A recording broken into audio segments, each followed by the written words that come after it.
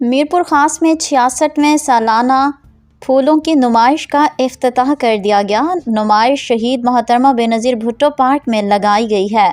मज़ीद जानते हैं तारिक पंवर की इस रिपोर्ट में।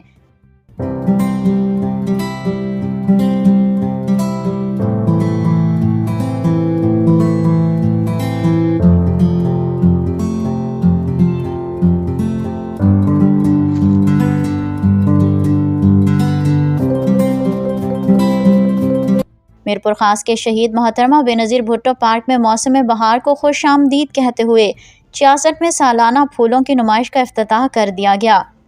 इफ्तिताह कमिश्नर और डिप्टी कमिश्नर मीरपुर खास ने किया। इस मौके पर चेयरमैन जिला काउंसिल मीर अनवर तालपुर भी मौजूद थे। निजी और सरकारी इदारों की जानिब से सजाए गए स्टॉलों पर 200 से ज़ायद इकसाम के फूल नुमाइश की जीनत बनाए गए।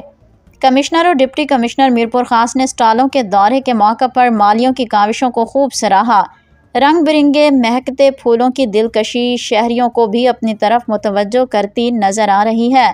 नुमाइश के अख्तिताम पर ज़िला इंतज़ामिया की जानिब से पहली, दूसरी और तीसरी पोजीशन हासिल करने वाले स्टॉलों को इनामात से भी नवाजा जाएगा।